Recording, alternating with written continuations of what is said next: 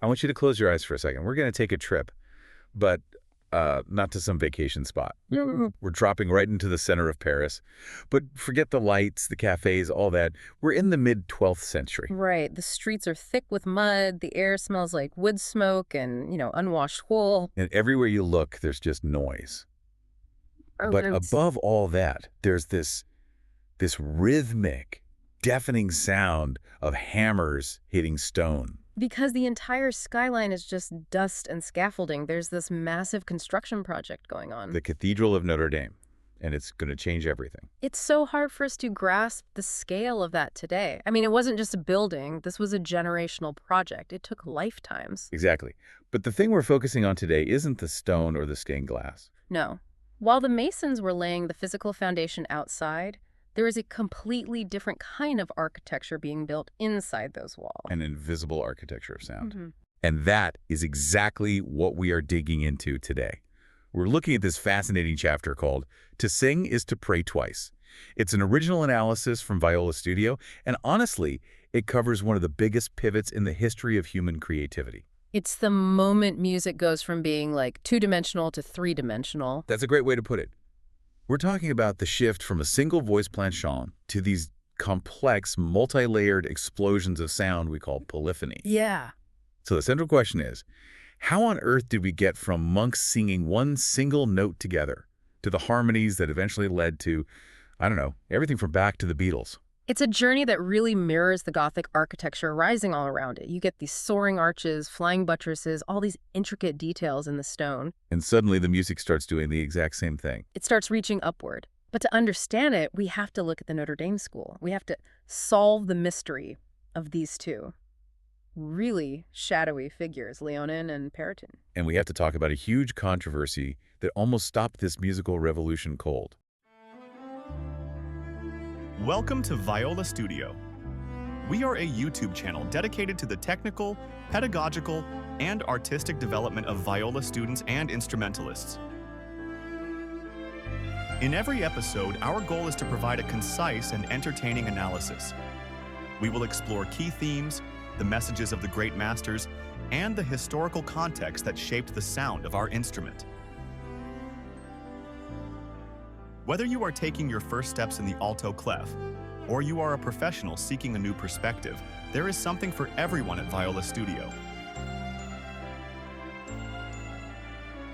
Don't miss our upcoming episodes, and remember, there's always time to explore the history and the heart of classical music. I love that you call them shadowy figures because looking at the research from Viola Studio, they really are ghosts. They are. But before the composers, let's talk about the catalyst. We know Bishop Maurice de Sully starts building the cathedral around 1160, but who was in charge of building the music? Why did they even need new music? Well, that's where the ambition of the architecture just bleeds into the art. Bishop de Sully didn't just want a big church. He wanted a statement. Right. He wanted a cathedral that proclaimed the absolute glory of the church and, the city of Paris. And you run into this production problem. You can't have a lavish, cutting-edge cathedral filled with simple, old-fashioned music. It doesn't match. It's like building a state-of-the-art IMAX theater and then playing a silent movie from the 1920s. Precisely. The soundtrack had to match the scenery. It needed to be grand. And so enter a French composer named Léonin, active around 1170. Léonin, the first architect of sound. What was his actual job description? Was he just told to, make it fancy? Essentially, yeah. His goal was to create fresh embellishments. The analysis explains that he took the traditional plainchant, which is that single vocal line everybody knew, and he started adding a second voice to it. Just one extra voice. To our ears, trained on Spotify and surround sound, that sounds pretty basic. At that time, it was revolutionary. It was like going from black and white to color. He was enhancing the liturgy, making it heavier, more solemn. He was giving it texture. Okay, here's the part that drives me crazy as a researcher, though. We talk about Léonin like we have this biography, but there are almost no records of him from his own time. He is a ghost in the archives. I mean, if it weren't for one specific student, we might not even know he existed at all. The famous Anonymous IV. Right. Nearly a century later, around 1280, there was this Englishman studying at the University of Paris. We don't have his name, so in music history, he's just Anonymous IV. It sounds like a spy code name. Agent Anonymous IV. It really does. But his writings are the Rosetta Stone for this whole era. He described Léonin as the optimus organista. Which means the best organist. Not quite. In this context, it means the best composer of organa, or vocal harmonizations. Oh. Anonymous V tells us that Léonin compiled something called the Magnus Liber Organi, the Great Book of Organum. This was the playbook used by the cathedral to make the service more solemn. So Anonymous V is our only real window into this world. Did he mention anyone else? He did. He mentions Léonin's successor, a man named Pérotin. So if Léonin is the pioneer, who's Pérotin? Pérotin is the editor and the innovator, the director's cut version, you could say. Anonymous V calls him the best composer of discant. Okay, let's pause and define discant for everyone listening, especially the students and teachers. We're going to hear that term a lot. For sure. Discant is a type of organum where you have counter melodies moving pretty quickly over the main plainchant. It's livelier. Got it. So Pérotin apparently took Léonin's great book and just edited it. He shortened pieces, improved the flow, and wrote better glossally. And glossally are musical episodes. Yeah. Little sections. Exactly. Little distinct sections inserted into the chant. But the most telling thing about Pérotin is the longevity of his work. Remember, Anonymous V was writing this in 1280. Right. He says Pérotin's music was still being used in Notre Dame at that time. Wow, that's almost a century of staying power. In a time when things were changing incredibly fast, that's impressive.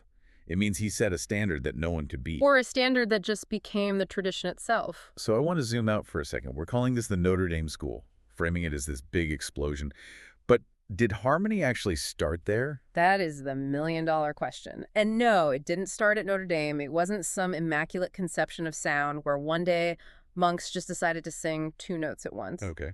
Theorists were interested in part singing as far back as the 9th century, though the exact stages are a little bit blurry. The source mentions the papal Schola Cantorum way back in the 7th century. Right. Even that far back, they had specific roles. There was a term, paraphoniste, Which is Greek for one who sings alongside the chant. That strongly suggests that even then, someone was doing more than just singing the main melody. But we have to distinguish between just singing alongside and the complex stuff Léonin was doing. So what did that early harmony sound like? I'm guessing it wasn't a barbershop quartet. Definitely not.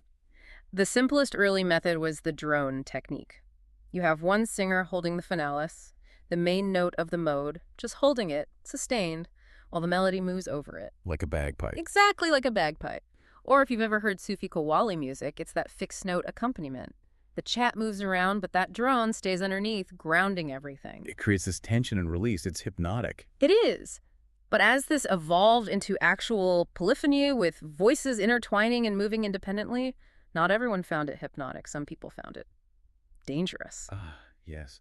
The sinful sound. I was actually surprised by the intensity of the pushback here in the chapter. Yeah. This wasn't just a music critic saying, I don't like the style. This was a moral battle. Absolutely. You have to remember, the church is conservative by nature. Plainchant was seen as the direct word of God. It was scripture. To mess with it, to clutter it up with extra notes, that was risky. So who's the villain in our story? Who was leading the charge against the new music? That would be the English cardinal, Robert of Corson. And he did not mince words. I have his quote right here. He called the music effeminate and minstrelish. And he went much further. He wrote that if a priest allows this want music in his church, he is contaminated with the disease of simony. Simony, that's buying and selling church offices. That is a heavy accusation. What on earth does music have to do with selling priesthoods? It's all about corruption. He's arguing that the music is corrupting the holy vessel of the church. But look at his language. He associated these intertwined male voices with sodomy. He was trying to discredit the entire style by linking it directly to sexual sin. Wow, so he thought it was distracting, sensual. And totally inappropriate for the worship of God. Yeah. It's just fascinating how new always gets labeled as morally corrupt throughout history. Rock and roll, jazz, even polyphony. Yeah. The fear is, if the music is too enjoyable, you're not focusing on the prayer. Exactly. But despite the cardinal's best efforts, the music didn't stop. In fact, they doubled down. They started writing rule books for it. Right, because if you're going to have multiple voices, you can't just wing it. You need rules so it doesn't sound like a train wreck. The first major attempts were the Musica Incuriatis, literally the music handbook, and the Scholia Incuriatis around the year 900. And what was the golden rule back then? The simplest method was called magadizing. Magadizing. Sounds like a sci-fi weapon. It does. It's actually from ancient Greece. It just means singing in octaves. Think of men and boys singing the same tune together, just at different pitches. But modern writers don't call that true polyphony, right? No, they don't. And here's the key distinction. In magadizing, the harmony is a slave to the chant. It has no independence. It goes up when the chant goes up, down when it goes down. So it's not really a conversation between voices. Not at all. True polyphony needs the voices to have their own lives, their own independence. So when do we actually see that break? When does that second voice rebel and start doing its own thing? We actually have a smoking gun. A smoking manuscript. The analysis from Viola Studio mentions a discovery made pretty recently, in 2014. This is the back leaf of a manuscript, right? Just a scrap of paper? Yes. It's a piece called Sancta Bonafide Martyr. It dates to around 900. And on this little scrap, we see two voices moving independently. And that's it. That is generally agreed to be the oldest existing notated piece of polyphonic music meant for performance. That's wild. But there were bigger collections, too, like the Winchester Troper. The Winchester Troper is massive. From around the year 1000, probably by a cantor named Wulfstan, it has over 160 organa. 160, that's a huge library. It is, but there's a catch. For modern scholars, it's a nightmare because the notation is unstaffed. Meaning no lines to tell you how high or low the notes are. Exactly. It's just squiggles above the words. It assumes the singer already knows the tune by heart. So it's like trying to read a map that doesn't have a scale or a compass. You know there's a road, but you don't know if it goes north or south. Perfect analogy. We know the music is there, but we can't accurately transcribe it. We had to wait for the school of St. Martial of Limoges and the Codex Calixtinus around 1140 to get better notation. That's where we see the florid style really take off. And the Codex Calixtinus has a celebrity piece in it, doesn't it? It does. Congadin Cathology, possibly the very first composition written for 3 voices. Okay, so the stage is set. We have the handbooks, the early experiments, the notation is getting better. So let's go back to Paris, back to the Notre Dame School. This is where things get really impressive because they start engineering the music like they engineered the cathedral. This is where the discant style gets fully defined. You have 2 clear roles now. You have the tenor, which comes from the Latin tenor, to hold. Yes, to hold. The tenor is the voice that holds the long notes. It's the foundation, the bedrock.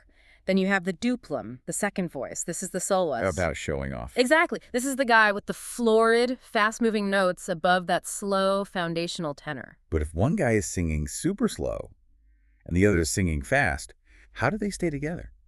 Léonin didn't just let them improvise, did he? No, and this was his other huge innovation. Honestly, this might be more important than the harmony. He introduced modal rhythm. Unpack that for us. Why is that such a big deal? Well, before this, rhythm was kind of free-flowing, like speech. If you listen to plainchant, it breathes. It doesn't really have a beat. Léonin applied poetic meters to the music. You know, trochaic, iambic, long, short, long. Like Shakespeare. Da-dee-um, da-dee-um. Precisely. He used note shapes longa for long, brevis for short, to tell the singers exactly how long to hold each note. It forced the music into a grid. It gave it a heartbeat. Which seems crucial if you want multiple people singing different things at the same time. You need that grid so they don't crash into each other. Absolutely. It's a traffic light system. Without that grid, polyphony collapses. It's the birth of measured time in Western music. Before this, music floated. Now it marched. So Léonin builds the foundation. He creates the great book, he creates the grid, then Pérotin comes along and decides 2 voices just aren't enough. Pérotin was the maximalist. He scaled everything up. He moved beyond 2 voices to organum triplum 3 voices, and even organum quadruplum 4 voices. 4 voices? That must have sounded overwhelming in a cathedral that was still being built. Imagine the acoustics of stone and glass. 4 voices weaving in and out, creating these massive collars of sound. His masterpieces were Viderunt Omnes and Sederunt Principe. These are enormous works. And they weren't just for a random Tuesday service. No way! This was event television, medieval style. In 1198, the Bishop of Paris issued a decree. He mandated that these works had to be performed on the biggest days of the year. Christmas, St. Stephen's Day, and New Year's Day. That's a serious endorsement. Your music is so good, it's now the law for Christmas.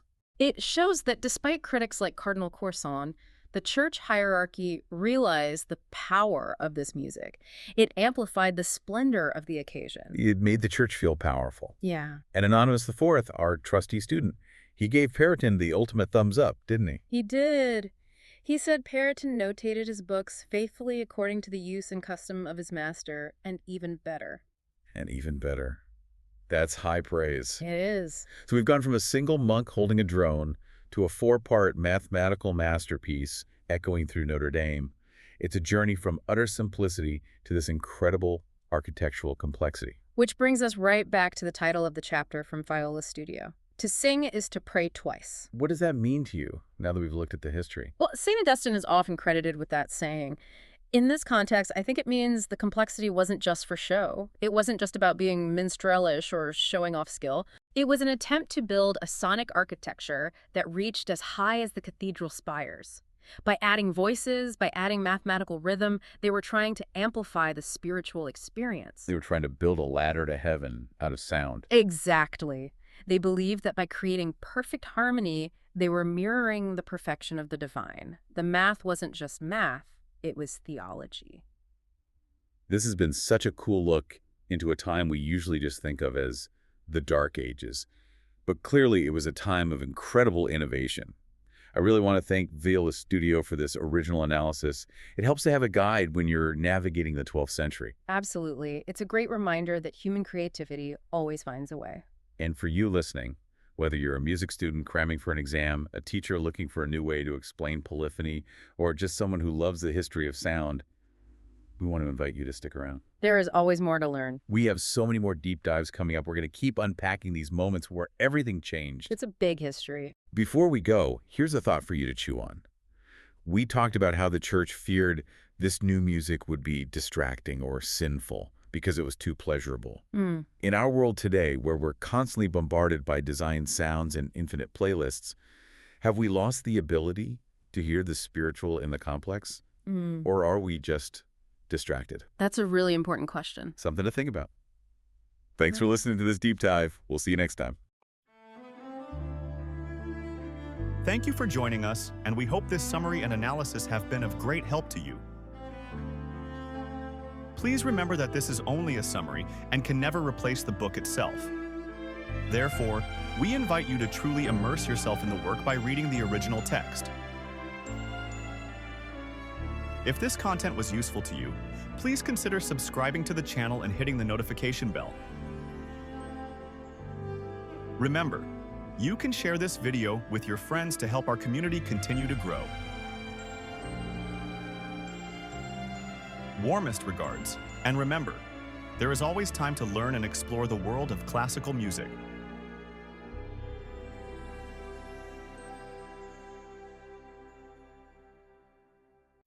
A Viola Studio production.